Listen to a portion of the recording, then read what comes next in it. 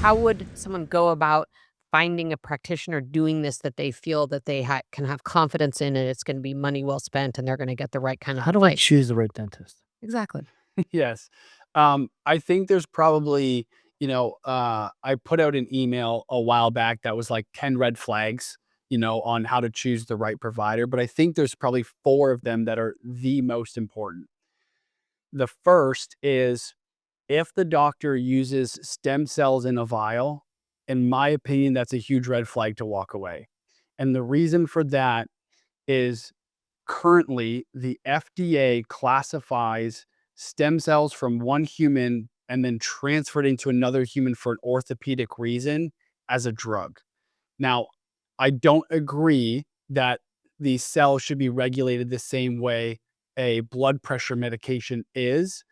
However, that's their current stance. And so the FDA has said this is non-compliant, this is a drug, and then you've got companies and doctors kind of circumventing.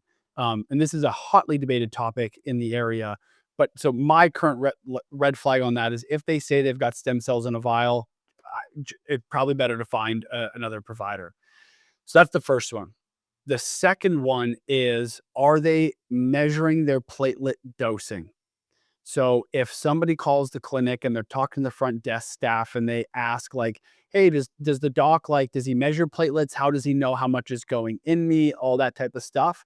If they have no answer to that, that's probably a red flag to walk away because if they can't guarantee, like every single PRP case I do, we measure those platelets in-house. So I know that I am getting the appropriate dose for this patient. And there are a lot of clinics out there who also do that. And then there's a lot who just don't. And I think that's a big differentiator. The third is image guidance. And so there's kind of three ways you can do these injections. One is called palpation guided, or some people call that blind. But really, it's just, oh, yeah, I feel that right there. And then they stab a needle down to it. And we don't recommend that. It's a little bit more risky and it's nowhere near as effective at being accurate. What, And so, poke and guess? What?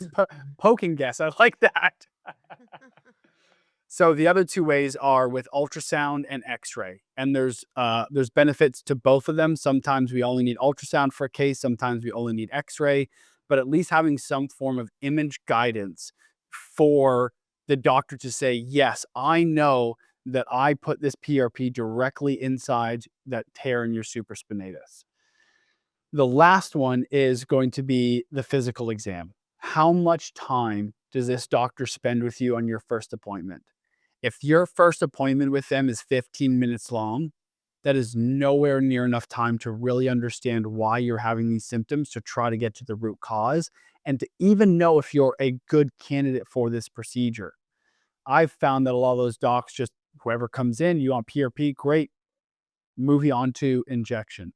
So a new patient appointment with me is anywhere from an hour and a half to 2.5 hours, because that's just how, and it's not because I'm slow. I'm very efficient. It's just there's a lot to unpack to figure out, one, to hear the story, to listen to that person, and two, to really hone in on what tissues are contributing to pain. And so I think those are probably the four big litmus tests to say, like, do I have a top tier doc or do I have someone who's just kind of got skin in the game?